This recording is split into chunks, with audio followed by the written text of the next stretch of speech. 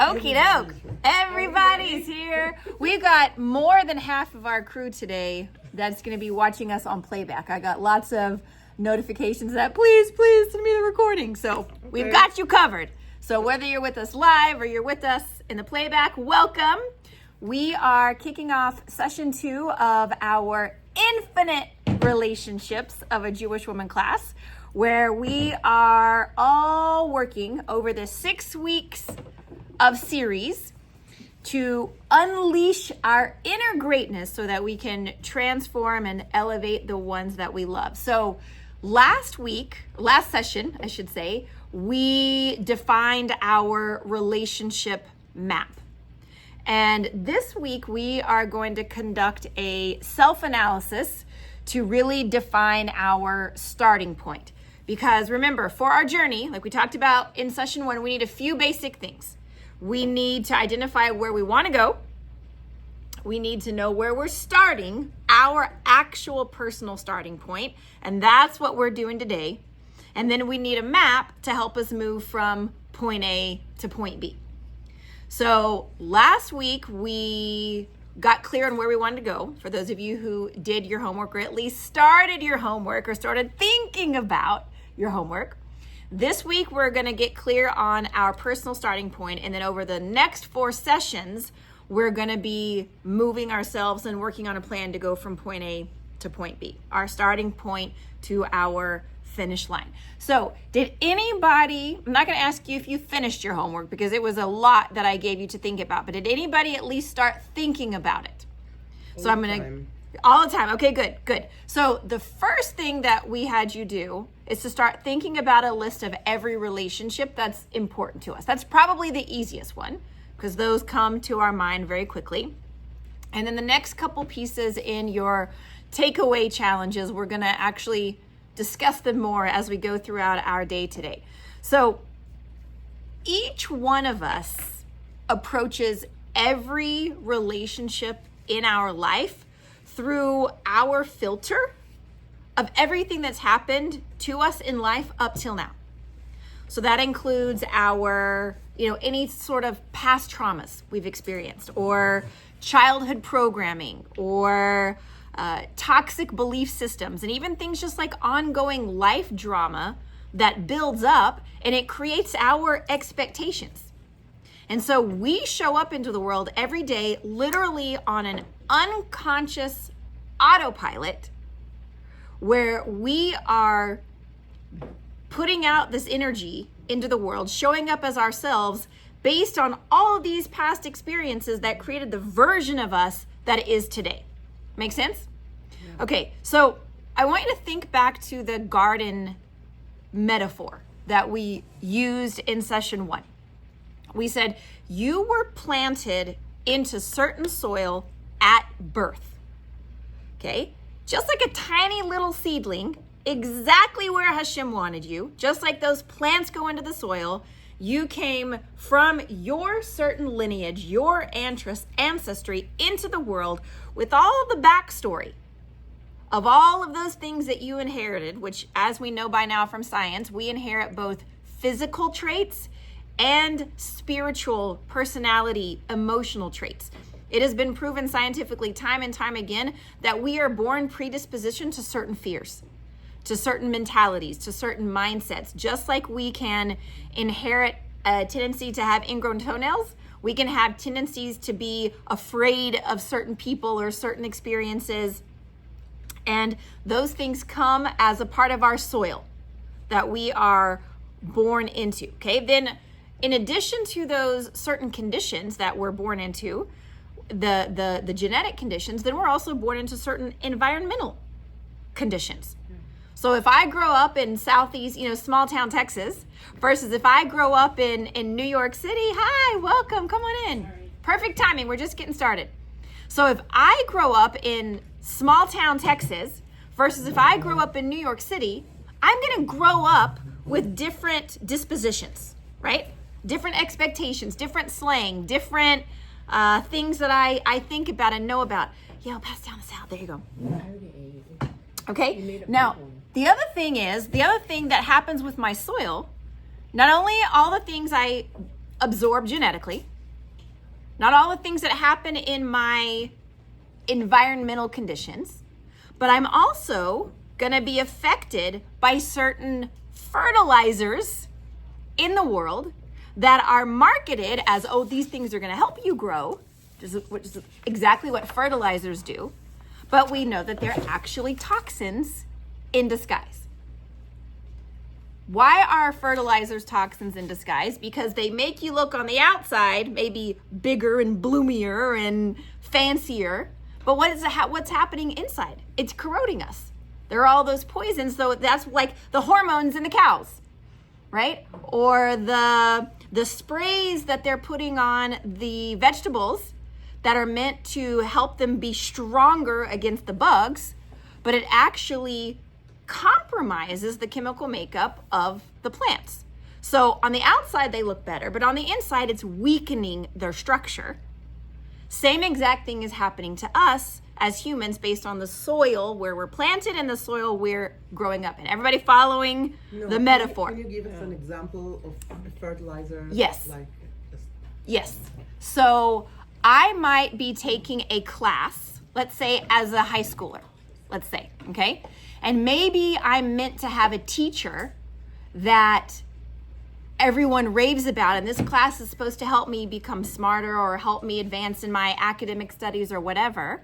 But if this teacher has problems with their ego, or if this teacher has little man syndrome, or if this teacher is threatened by me, then where I'm meant to show up, I'm coming pure. I'm ready to learn. I'm ready for you to pour into me. But instead of giving me goodness where the whole world could think on the outside, it looks like they're benefiting me. But really what they're doing is tearing me down, beating me down, making me second guess myself, making me go into a shell. That's one example, okay? Another example could be, for example, a lot of people have the conversation of vaccines, okay? Now, back in the days, in the 60s, 70s, 80s, when you were taking only a limited amount of vaccines that were actually created and meant to help you stay well, it's a completely different situation than today, where by the time you're 2-year-old, you already have 67 vaccines pumped, no, I'm not kidding, pumped into your body that your body cannot handle. Okay, so it's a physical example, a literal example, but we've got all sorts of emotional things that even on the playground. How many times your child goes out to the playground pure and excited to play, and then somebody says something on the playground, and they carry it as a trauma moment or a defining statement for the rest of their, and a lot of times as the mother, we don't even know what happened. Okay? How many things that we can remember happened to us when we were in first grade or 10th grade, or somebody said something and we're still carrying it? Our parents don't know. And for sure, the goofball that said it to us doesn't remember saying it. But we internalize those things and they stay with us in our soil and they affect who we become, and then we pass that on. Is that called imprinting? Partially. Yeah. Yes. Okay. So now, considering all of those things that have come into our soil and still come into our soil every day, think about how those affect the way we show up in the world.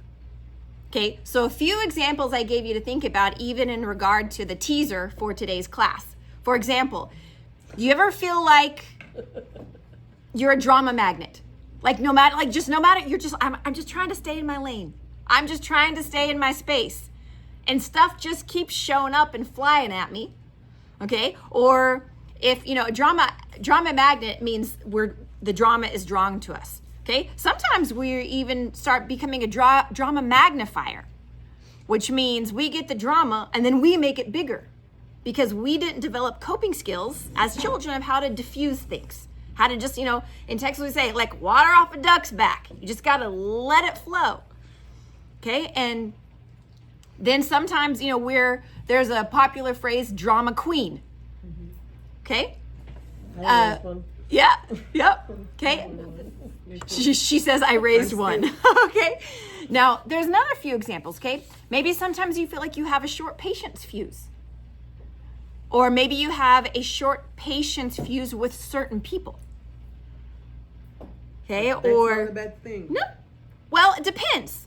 It depends. A patient fuse means that I am put into a corner and I explode quickly. Oh, okay. Okay, and that means that I'm giving away my power. Okay, so it probably means something different in English. Okay, and what about if, we were taught to live with passive aggressive tendencies? Okay, what does passive aggressive mean? I'm gonna just define this phrase just for a second. Passive aggressive means where I don't have the communication skill set to say what I mean in a healthy way and ask for what I need in a way that is healthy to both the receiver and me. So what I do instead is I make little comments. I make little digs. Okay, this is called Jewish mother guilt, is a big one of these, okay? But like we learned in session 1, Jewish guilt isn't Jewish.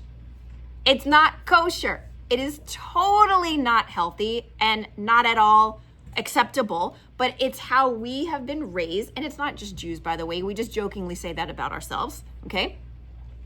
But if I say something like, and we also joke that a lot of mother-in-laws will communicate this way to their daughters-in-law. What do?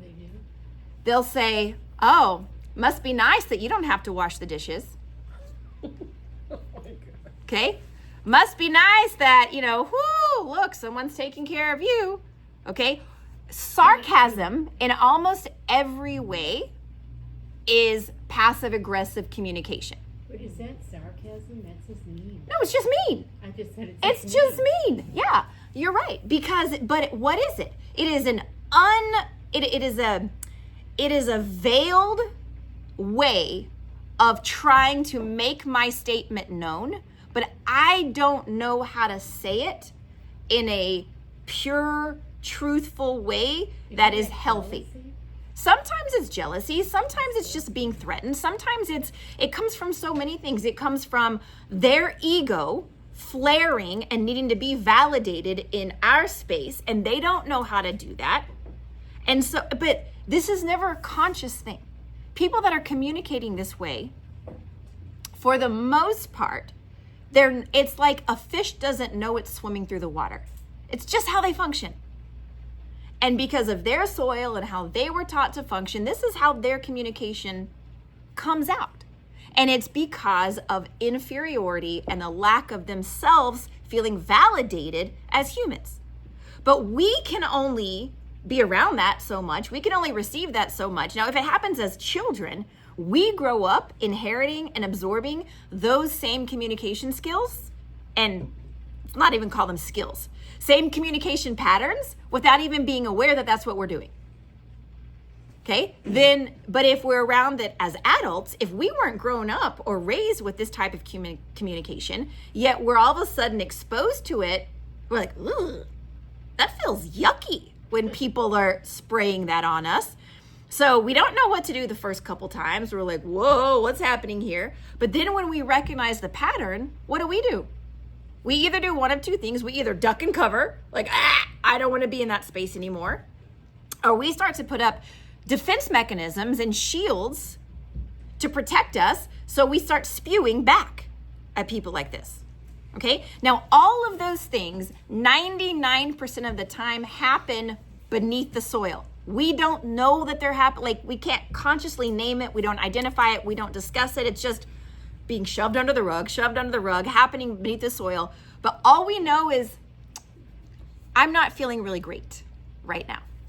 I'm not really feeling great about that person, or I'm not feeling great in that space. I'm not feeling great about myself. We just feel, ugh. Not comfortable. We feel not comfortable. We feel deflated. When someone says it to you. Yeah. Or when we're just witnessing it or experiencing it repeatedly. Okay? So there are also times where, we had this conversation with one of the ladies that was actually with us last week, and I know she's going to be on the recording this week. She said, she has teenagers at home, and she will have the absolute best of intentions in what to communicate to her kids, but then it always ends in an explosion, and she can't figure out why. And that will happen a lot of times also between spouses. Okay, now there are hormones raging and there are all sorts of other things happening. And between spouses, again, it's those, well, I was already expecting this from yesterday and you were expecting this from last week. So nobody's having an actual conversation of just what's on the table right now. We're having the conversations of the past 10 years all blended together in every conversation that we have, which is a lot of times why that fuse is so short. Okay, so all of these dynamics of our personality are a result of our soil. Okay? As we say in the South, I'm a product of my raisin. Okay? Now, I may not be able to control a lot of those details that were put into my soil at birth and as a kid and up till now. Yet I am still 100% responsible for who I become. Are you with me? Correct. So what do we do if we want to change that legacy that we pass on to our children and our grandchildren and to everyone else around us? And it may not even be your biological children, but maybe you run a team of employees. Thank you, Ev. Or maybe you have a group of ladies that you spend a lot of time with, or maybe you mentor certain people in the community. And if we want to change that legacy that we leave in the world, what do? Okay, there's a rule of human nature that obviously you cannot teach what you do not know. You cannot lead where you do not go. You can't give away what you don't have. Make sense? So this means that we must take responsibility for ending those patterns. It ends with us. There is a saying, you teach best what you must need to learn. Ah, yes. Did you see read the book? It ends with us. Mm-hmm. Amazing. Yes, so good. Did you see the movie? Mm-hmm. I like the book. Yes. Which one?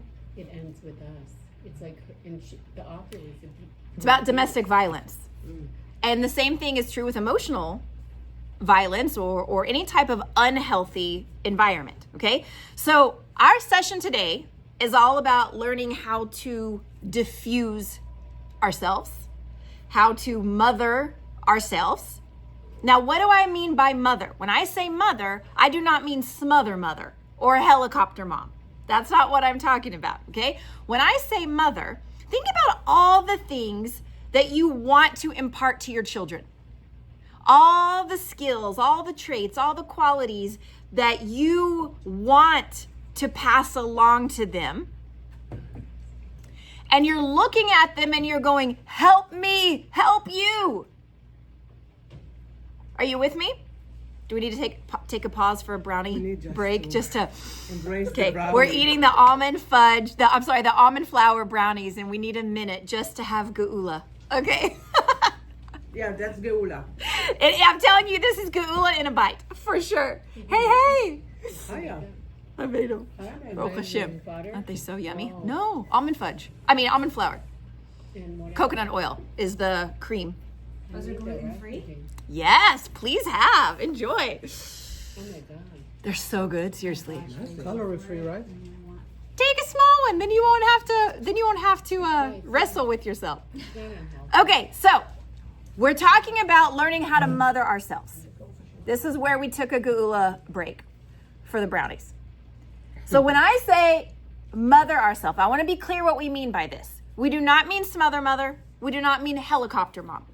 We mean when we look at our kiddos, whether they're still at home or they were at home, and we're thinking about, or maybe you're gonna have kids one day, and we're thinking about all the skills, the traits, the qualities that we want to pass along to them, and we feel like we're talking to a wall, like do, hello, you know, earth to the children that I love so much, and there is no one to talk to, because we don't want to listen to you. You're the mother. What do you know? Okay, and we're saying, you know, like Jerry Maguire, help me, help you. Help me, help you. Hello, I know what I'm talking about. And we cannot figure out why they won't simply follow our advice and take action. But who else doesn't follow our advice? Ourselves. It's much easier to dish it out than to have to actually be accountable to the advice that we're giving. So when I say how to mother ourselves, that's what I mean. How to give ourselves the tough love that's necessary when it's necessary in order to become the person that we're meant to become. Are you with me on what I mean by mother ourselves? Okay? Sometimes mothering ourselves means we need a big hug. We need a hug from our mom, or a hug that we never got from our mom, or a hug that we missed from our mom. Okay? Sometimes we need a hug from our dad. And nobody can give that to us in that moment, so we have to learn to give ourselves that love. Sometimes it's gentle love, sometimes it's tough love. But when I'm saying learning how to diffuse ourselves, how many of you know that sometimes if you just had a minute with the right person to talk to, you could work the thing out, right? So how to diffuse ourselves, how to mother ourselves, how to love ourselves, and how to heal ourselves. There's a very common awareness in high performance circles. Who motivates the champion? The champion. At the end of the day, I can have a coach all day long, but if I, as the aspiring Olympic athlete, aren't willing to wake up and get up and show up, all the coaches in the world aren't going to do me any good, right? So that's why we have to be willing to say, the buck stops here. It ends with me, it begins with me. And this is where boring consistency makes all the difference in the world, because we can all be inspired in a moment. But the discipline that comes in once the inspiration and the motivation has worn off, that's what separates our potential from our power. Everybody with me? Okay, so once we realize I've got to take responsibility for who I become, no matter what was planted in my soil, no matter all the things that were dumped on me as a kid and all the things that I've been through, all the experiences that I've lived through, even with all of those things, it's not in spite of those, it's because of those. And that's what we're going to talk about today is now that I realize I'm fully responsible, and remember what we talked about from session 1, the minute I claim full responsibility, I have all my power because I'm not a victim. If I'm a victim, I'm in a corner and I can't do anything about it. But the moment I take responsibility means that I can change everything about my environment. You know, the old saying, if you don't like where you are, move. You're not a tree. Okay? And the Lubavitcher Rebbe used to say to his Bechurim, when they would come into him and they would say, Rebbe, the situation in which I find myself, and he would even listen to the rest of the sentence and no. A Jew never finds himself in any situation. If we take full responsibility, it means we put ourselves there, and you can put yourself anywhere else you want. Okay? So the first thing, once we establish this, okay, and once I know that once I take full responsibility, then I can begin tapping into my own true inner greatness. And doing that is what allows me to then pass that on to everyone else, to leave my legacy, to elevate and transform the people I love, right? So the first thing we must establish, once I'm ready to take full responsibility, and remember today's title, today's conversation is all about the work is with me. Okay? So today, that's why when I say we're defining our starting point, we're looking at where am I today? Who am I? How am I showing up? Who am I in the world right now, today? And once I get really clear on who I am, where I'm holding at work, what work I need to do, then we can start the journey. That's why today is all about the self-assessment. Okay? So the very first thing that we must establish is that according to divine providence, you are always in the right place at the right time. Always. No matter how uncomfortable it feels. We are always in the right place at the right time for what we need for our growth and our journey. Now, divine providence also means that we are embracing everything with joy. How can we do that? Because it's exactly as Hashem wants it. And the Baal Shem Tov teaches in Tehillim that wherever man happens to be, you know, we think there's all sorts of personal I'm going there in pursuit of parnasa. I'm going there on vacation. I'm going there for a coffee with friends. I'm going for whatever. We have our own logical reasons of why we're going to different places around town or around the world. But regardless of what prompted us to go there in our conscious brain, it's actually divine providence that brought us to that particular place at that moment in time to serve some spiritual purpose. Now, this is the rule of thumb with divine providence. Everything that happens is for two reasons. In everything that happens, there is always something I can learn and something I can give in each situation. Okay? And it's also part of the tikkun. What tikkun? Tikkun of the soul. Always, yes. So people talk about, and the reason I'm asking about which tikkun, because there was for the first good 5,000 years of the planet, there was sparks that had to be turned and sparks that had to be corrected. But the Frierdiker Rebbe says those sparks have all now already been elevated. But each of us in our individual soul, we're still working on ongoing corrections and ongoing character refinement. That's the whole point of why we're here, right? And we're going to talk today exactly about how we can handle all of that is coming our way. So if I know this, if I get stuck in traffic, or if I get stuck, inevitably it happens to me, in the slow line at the grocery store. What to do? What does it mean? Slow down. Yes, exactly. Exactly. It means release the impatient panic. Let me count these people in this line and these people in this line. And okay, well, I'm already stuck here. I may as well thumb through my phone and see what I can find to give, because my ADD brain doesn't know how to be still. And what it means instead is that we can quit complaining, and just look around to see how can I shine my light in this moment in space and time. So remember, in every situation, I'm meant to grow and I'm meant to give. Grow means there's something that I'm meant to learn, and give means I'm shining my light in some way. Okay, and as far as our correction goes, everything is about how can each one of us as Jews have a direct piece of Hashem's infinite light. It's called the Ein Sof, the essence of Hashem, the infinite light of Hashem within us. So it means you are infinite. You are limitless. You are powerful beyond measure. And this isn't just a cute saying at a workshop. It's actually true. The challenge is we don't believe it about ourselves. Oh, we don't know how to activate. Yes. And we think, oh, well, it's just how I am. And if we don't know how to activate it, it makes us more frustrated. And then we're struggling. We feel like a caged animal, like, let me out. Right. And then we have all of these circumstances that in on a practical level, they seem extremely limiting, right? Like, you can talk all you want about abundance, but this is what my bank account says right now, today.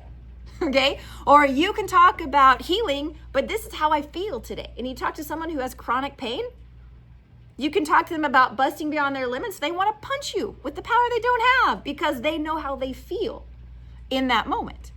Okay? So there's a lot of work that we have to do to start breaking beyond the limitations of nature that we're experiencing, okay?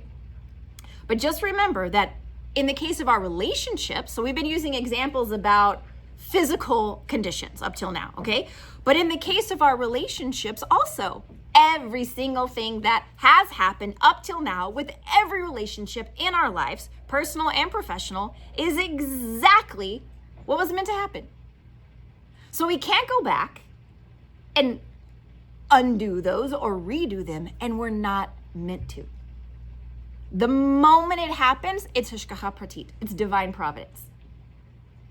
But what happens from this point forward is completely open to limitless possibilities based on how we're going to learn and grow. Okay? So when these things happen, if you think about the guilt you feel with something that happened with your kids or with your spouse, or maybe it's not even guilt, maybe it's just the shame or the stress of, if I'd only known better, if I'd only done this little thing differently, if I'd only turned right instead of left. And we carry so much of this. And what we have to remember is that everything that has happened exactly as it should have for your highest good, for their highest good, and for the highest good of all. So we can release. Now, I wish releasing guilt and judgment and shame were like you just hit the button and it's gone. Okay, it's a lifetime work of doing that. Why? Because the incoming messages of guilt, judgment, shame are pretty constant. And so we have to be just as consistent with the filtering out. It's like bathwater.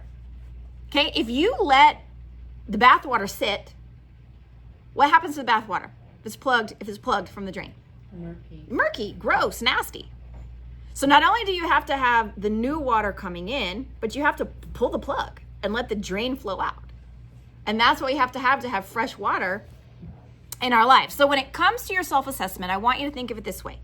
Okay, it's like an annual inspection on your car. Or if you're about to take a big journey, which is what we're doing right now in all of our relationships, you need to do some quick quality control to assess the vehicle that we're traveling in.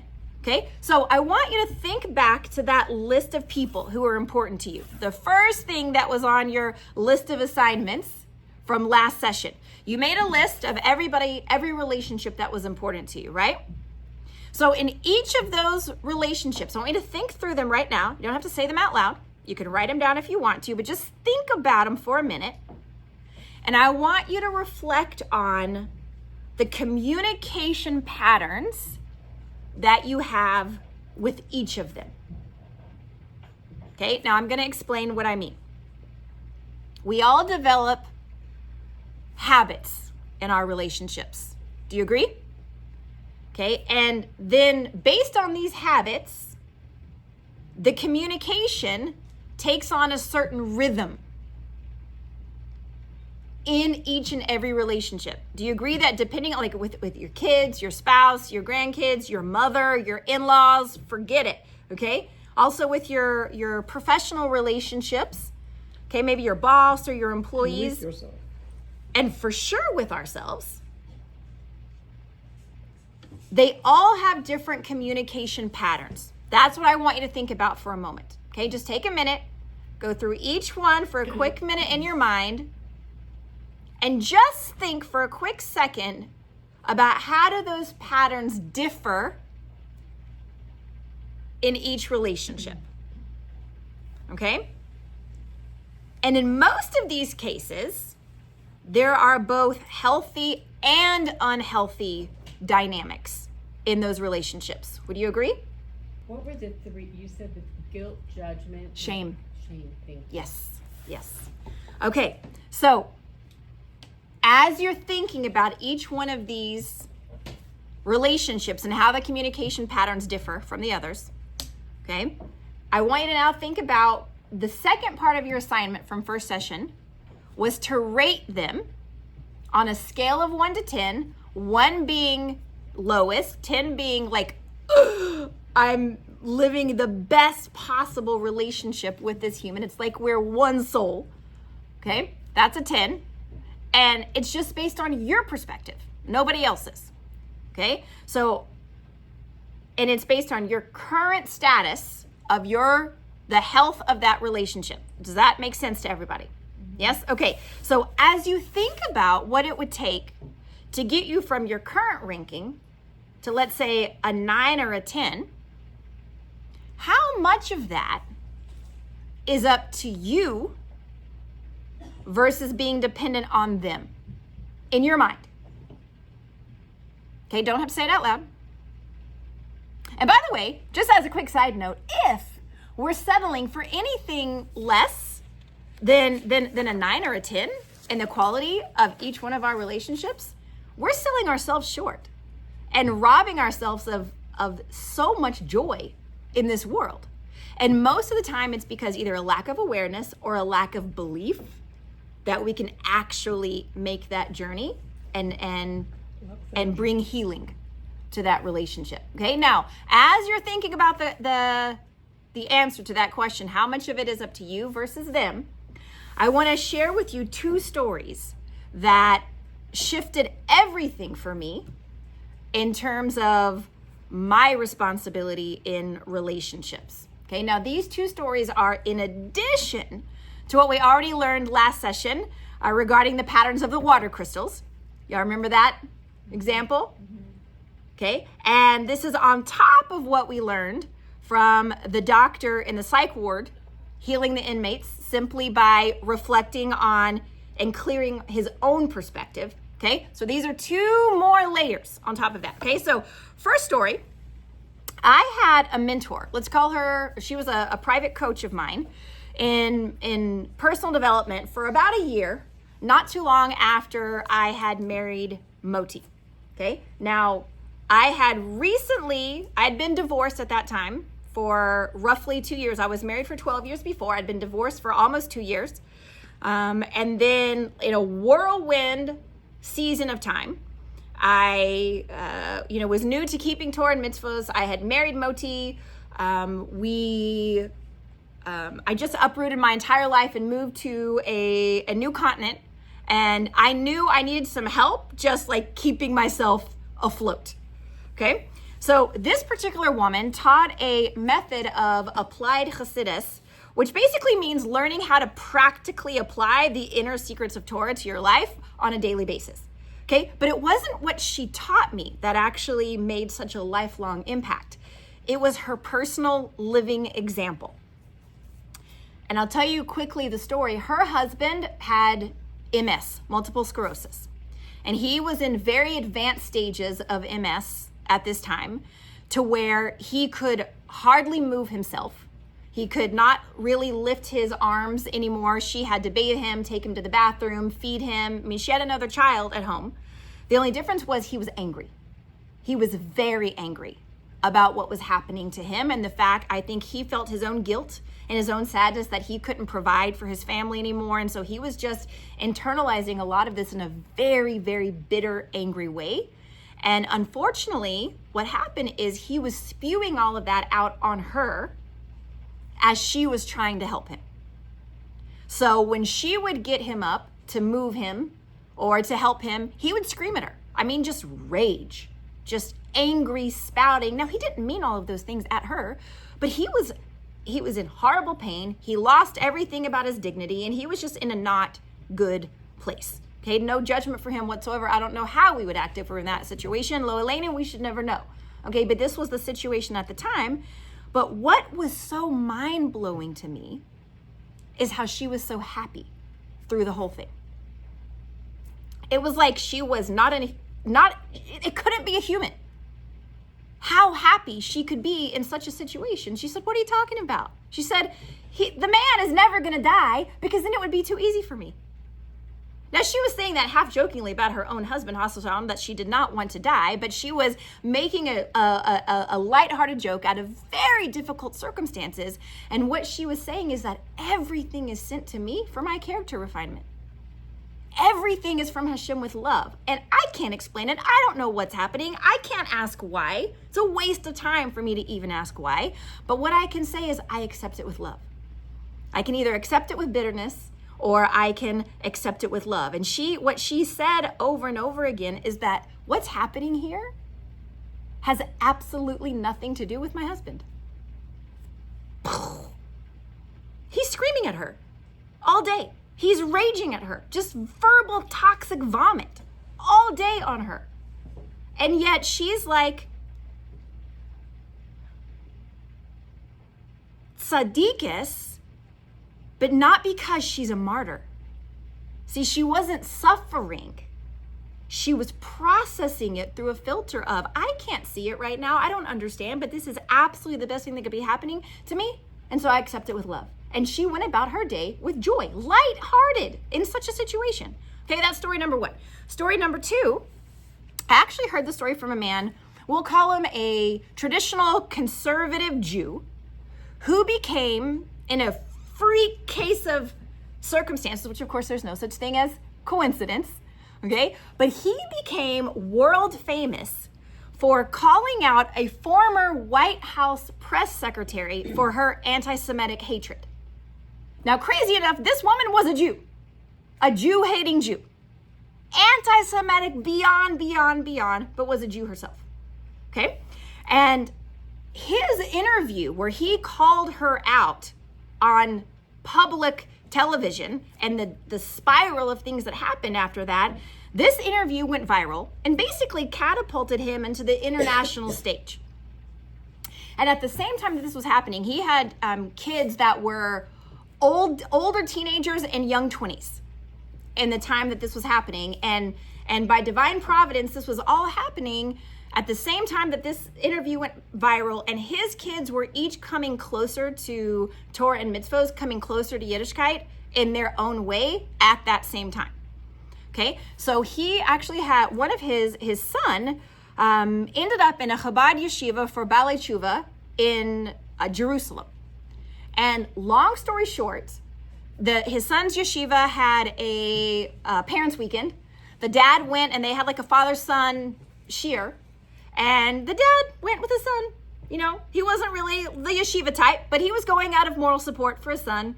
So he wasn't really excited about sitting and listening to a rabbi talk, but he went because his son was excited. Okay, so he went and they were listening. He says, to be honest, I don't remember the topic of the conversation. He said, but what I do remember, and I'll never forget, is that about halfway through the shiur, the rabbi's wife comes in the back of the room full of yeshiva bachers, pokes her head in. Maybe she motioned to him something, and he said, excuse me for just a minute, and he stepped outside the class. And he wasn't gone for very long, but as he comes back in to the auditorium full of these boys and their dads, he switches the entire topic of the conversation. Probably because of whatever was said with his wife at that moment, okay? But he comes back in and he asks a question, completely like day to night, changes the topic of the conversation. And he asks them, he says, boys, probably didn't say boys, maybe men, maybe bachrim, whatever he called them. He said, I want to ask you a question. Why does a man get married? They all looked around, waiting for someone else to answer. Okay. Somebody says, for love. He says, not for love. This is the rabbi talking, right? Not for love. Says, you say you love fish, but if you really loved fish, that fish might still be swimming. That's not love. So why do you get married? So they ask, a few other, suggestions. They blurt out and they're volunteering, trying to find the answer. So he goes on to answer his own question and he says, according to the Torah, a reason that a man gets married is to look after the needs of his wife and make her happy. She was not put on earth to help you actualize your dreams. Interesting. Okay? Then what's even more interesting is what came next. So then one of the young students in the room said, well, if that's our job, what's her job? And the rabbi says, her job is none of our business. Our job is to look after her. So, what do we learn from these two stories? Devoting ourselves fully, investing ourselves completely into any relationship, whether it's a close family member or a work relationship, will never be 50-50. Okay? With our kids, it's more like it's like 10,000% to zero. Okay? And, even with our spouse, it's a full 100% from each of us. It's all 100% you. And as you look at your relationships with everybody in your life, we cannot change other people. We can't give in order to get. Now, at work with the boss or a coworker, even with healthy boundaries, I'm still going to give my absolute best because that's how I shine my divine infinite light into the world. Doesn't matter what they do back to me. Not my problem, not my department. My job is to show up and give my best because everything that's happening around me, it's like I'm in a puppet show. It's all there for me. Okay? So if I understand that I show up and I give my best with zero expectations in return, which is totally against human nature, by the way, okay? Because everything I see, everything I experience, everything that happens around me, everything that happens to me is to help me grow. How do I grow? I grow by reflecting. I grow by refining my rough edges. But if I have a hangnail, let's just say in a fingernail, if I want to smooth out the fingernail, what am I doing? I'm filing it. What does that do? It causes friction. That's how we refine our character in life, is through the friction. Okay? So as I'm finding myself triggered, which of course would never happen to anyone in this room. We're never triggered by anything, right? But if I'm finding myself triggered, or something is happening where I'm feeling like it's rubbing me the wrong way, or I'm judging something that's happening, okay? Then I have to ask myself, which part of my ego is flaring right now? Which part of my ego, maybe it's my little girl ego, that is feeling not validated right now? And what do I need to do to give myself either more self-love, to remind myself that I'm safe, or to have one of those powwow talks with myself and to remind myself of what's happening around me? Because we snap back into our subconscious reactions instantly. Just like when somebody swerves at us and we swerve to move out of the way, we don't calculate the swerve. It's instinct. And when our ego or our emotional state or our subconscious is being triggered, we react out of instinct.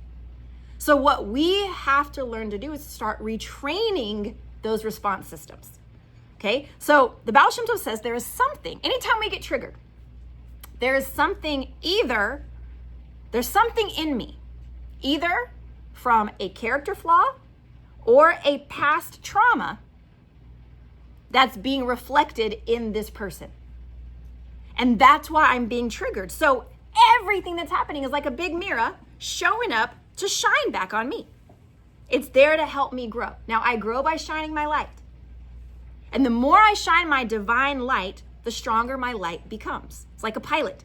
The more you shine it, the more you turn on that light, you're going to stoke the flames until it becomes a bonfire. And the stronger and the more illuminated that my light becomes, guess what happens to the world around me? It becomes more illuminated, right? The world around me gets stronger. Have y'all ever heard the story of the silversmith?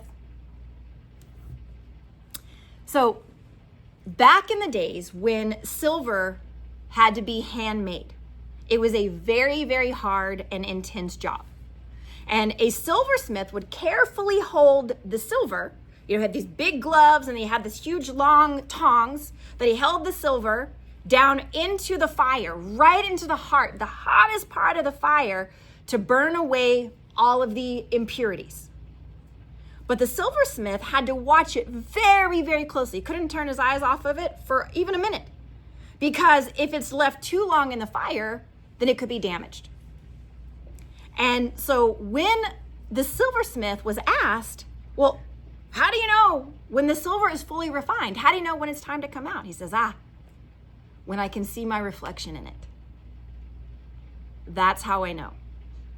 And this answer, it's so simple, but it's so profound, because Hashem, our creator, obviously, our master silversmith, our ultimate silversmith, purifies us through life's challenges and experience. That's the flame, right? And the process can feel very, very intense, like we're being placed in this fire, but it's a necessary part of removing the impurities that are covering our divine essence.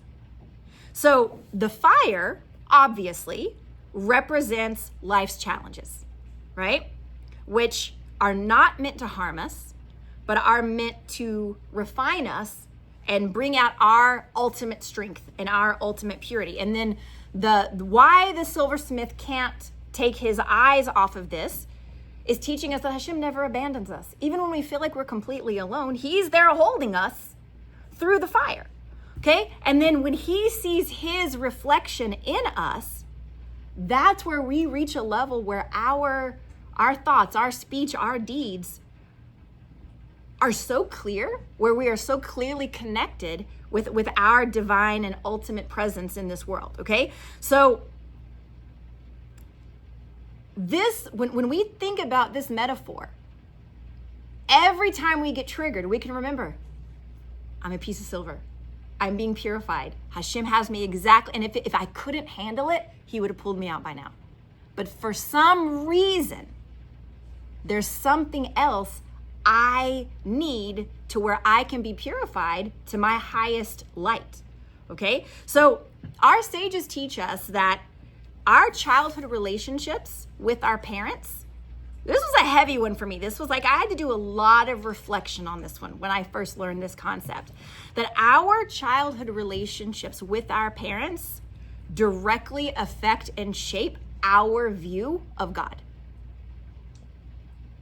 Now, when we think about it, it makes sense, but it wasn't obvious to me before somebody told this to me, okay? Why is this? Because if we had a rough childhood, maybe we had an absent parent or a judgmental, harsh parent, or a parent that struggled with substance abuse, or we grew up without a lot of money, like we were very, very poor. Maybe we grew up with too much money and not enough love. But anything that caused complications in our relationship with our parents, we subconsciously assign that difficulty to our relationship with Hashem. And it stops us from understanding how much Hashem actually loves us. It blocks us from having full trust and faith and certainty that Hashem is going to show up for us. Okay? So many people are well into middle age and beyond before they realize that much of the blockages in their faith and in their inner peace come from childhood trauma or just life experiences. And when I say trauma, some of you have been through very real and very hard circumstances, and I would never, ever dream of undermining that, okay? And some of you have been through just more than your fair share of drama, okay? And it's just like, when does it stop? It's like tidal wave. It just keeps coming and coming and coming, okay? But whatever is your life story up till now, only you can decide if these memories and experiences will be a stumbling block or a stepping stone. And we all have to reflect on our past in order to learn and grow wiser and determine the path that we want to take for our future. And you may need a coach or a therapist to help you get through that. So what's the difference between coaching and therapy? Well, in a nutshell, in the simplest nutshell, therapy helps you look backward. Therapy helps you look backward, healing and working on digging out the past and helping them process them in a different way. And coaching helps you look forward, okay? And both are good, and both are very important depending on the circumstances and the situations. And we also have to sometimes recognize, okay, is this real trauma or is this drama? And it's for no one else to tell you. It's for you to decide for yourself. And when you feel stuck, you may need some help, to clear those blockages and move forward. But interestingly enough, okay, studies show, regardless of how much therapy we've endured, there are people that spend hundreds of thousands of dollars on therapy and they relapse in a minute. There are people that spend years in therapy and can't tell you what they've learned. Now, there are people that have amazing experiences in therapy, and it really depends on the therapist, okay? And if you're willing to put in the work. But interestingly enough, studies show that people can spend years and years in therapy without ever feeling like they fully healed. But when they turn the spotlight from trying to excavate everything inside, and they switch it around, and they start shining the light outward, magical, miraculous things start to happen.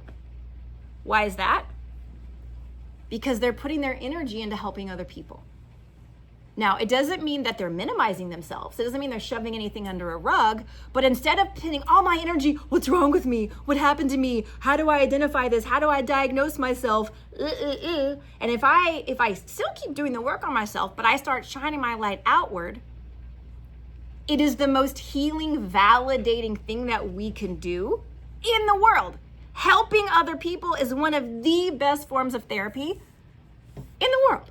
Okay, now still, get help help when you need it. Don't get me wrong. We're not saying don't get help. But at the same time, you'd be surprised with the transformative inner healing that can happen as we start finding ways to make a difference in the world and to be the light in the environment around us.